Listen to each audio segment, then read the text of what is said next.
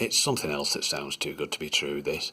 Pop down to your local pharmacy, buy some DXM based cough syrup and spend a happy afternoon tripping balls. What could be better? But the harsh reality with this is that failing to do your research could easily cause your own death. Why? Because many of these cough syrups also contain other ingredients which are lethal at surprisingly low doses. Paracetamol, or acetaminophen as it's sometimes known, is perhaps the most insidious of these. So if you overdose on this, your death can take as many as 4 to 6 weeks as your liver fails, and so do your remaining organs. To give you an idea of just how easy this can happen, if you were to make the fatal mistake of choosing this syrup, you'd need roughly 1 whole bottle, perhaps a bit more, to get the DXM needed to have a entry level or a first plateau trip. The trouble is that each bottle also contains 10 whole grams of paracetamol, which is enough to take even a healthy person convincingly into liver hepatotoxicity. If instead you went for a second plateau trip, then you'd need between 1 1/3 and 4 whole bottles of this stuff. So imagine how dangerous 40 grams of paracetamol would be, when a hepatotoxic dose is only at 10 grams. And of course, paracetamol isn't the only problem. There are other substances to consider in here. There's allergic reactions, adverse reactions with other substances, including MAOIs, by the way. So if you're on MAOIs, or don't even consider doing this. And a ton of other issues besides. So seriously, I'd ask you, do you really, really, really want to do this? And if the answer is yes, you do, then, I don't know, perhaps a bit of research isn't a bad idea. So I guess the next question after that was, what made me think that chugging down this sickly cough syrup was a good idea? Well, because of my employment situation, I'd had a long break from psychedelics, but eventually found myself ready to start tripping again. Now, ideally I wanted to return to mushrooms, and all through that early autumn I spent days and days trudging around nearby fields searching for liberty caps, and I didn't find a single one.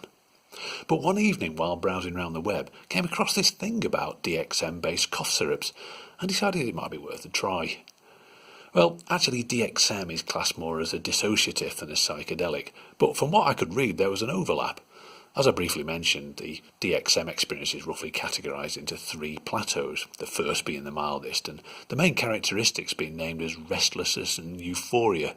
And this sounded okay to me, and I thought I could always try again with a bit more at a future date if I liked it. So the aiming point was to test the waters with a first plateau trip. So I went out and bought a couple of bottles of DXM-based cough syrup. I think they might actually have been a store's own brand, but I checked and double-checked they contained 0 paracetamol and no other nasties. And the very next day I set about chugging a first plateau dose. Now, during the very first sip, the raspberry taste and the aroma of this syrup seemed actually quite appealing, but oh my goodness, thereafter I was really starting to wonder how on earth anybody could drink the amount needed for tripping. Honestly, I don't know if you've tried this, but it took iron determination to carry on and sink the whole dose.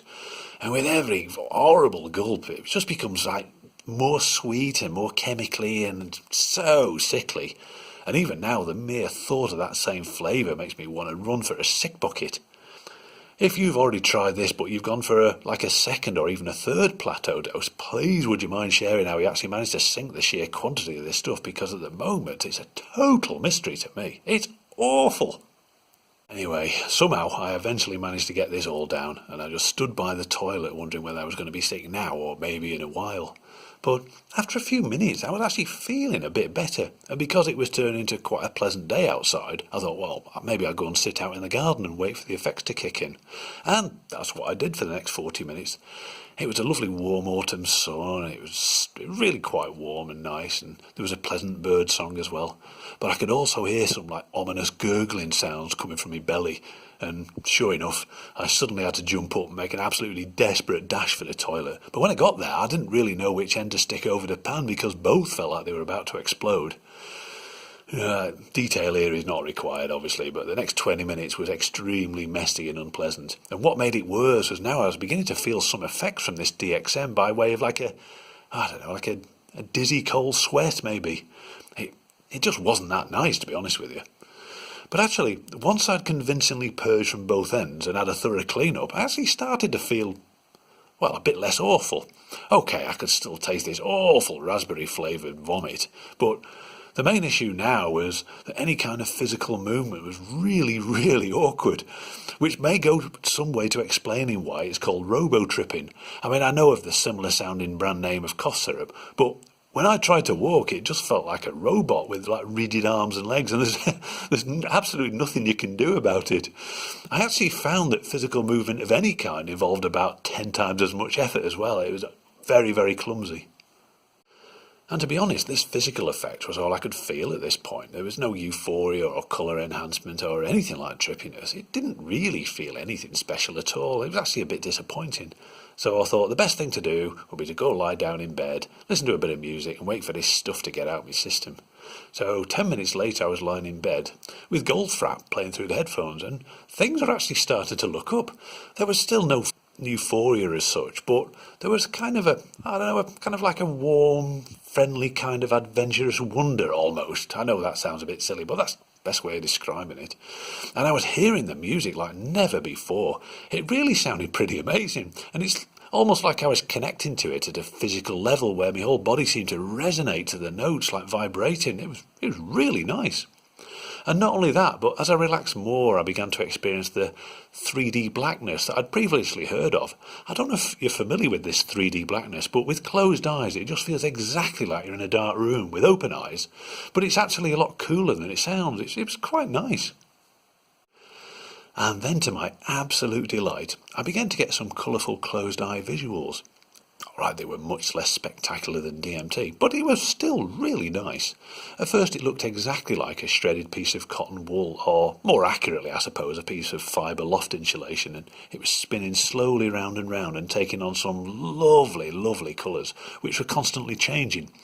It's really simple stuff, but it was really pleasant to watch and just relax and soak it up. And then, to my even greater delight, it was joined by another piece, and it just too seemed to be dancing in perfect time to the music. It really, really was nice. And then after a while, it's almost like a perfect image faded into view, just like I was seeing a perfect photograph on the inside of my eyelids. And this one was like of a balcony somewhere, I don't know what it was. It was in full sun, with a few wooden chairs strewn around untidily, and a big pile of clothes pegs piled up on one of them, believe it or not. I didn't recognise this place, and I haven't a clue if it exists at all, or whether it's just a complete figment in my imagination. But I have to say, it was really interesting to see. Now, I'd experienced this sort of thing before many years ago during a kind of like sleep deprivation hallucination, but this was more vivid, and it stayed for about 10 seconds and just faded away back to the visuals. I've got to say, I just loved it. And this sort of thing went on for the next hour or two. It was really quite enjoyable. But eventually the visual effects subsided a bit, and the clocks told me I needed to get the tea started for when Mrs. Minty arrived home. But when I stood up, it was back to the old robot walking again, and this time even more effort was required, and I must have looked just like Robocop trying to wash the cabbage and peel the spuds.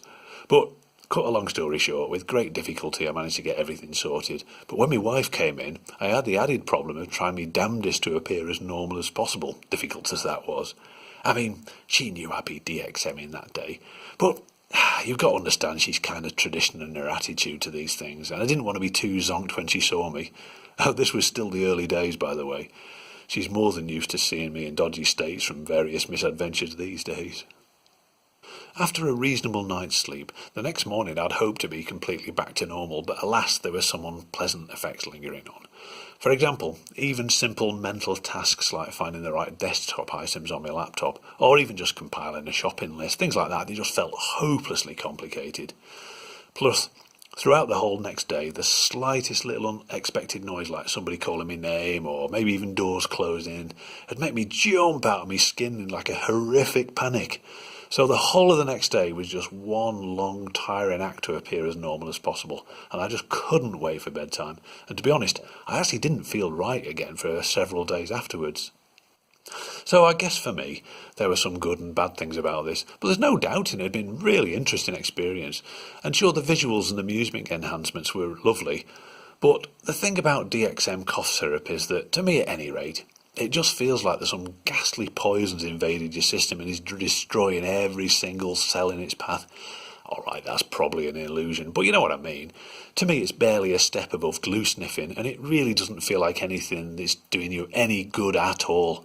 And this idea really takes hold when you're forcing it down. It's all those chemical sweeteners and preservatives and goodness knows what else they'll put in there. And that flavouring, I'll never forget that. I mean, to me, mushrooms and DMT feel quite normal in comparison, or quite natural anyway. And of course, most of us can be blasted to kingdom come on those without any form of lingering hangover.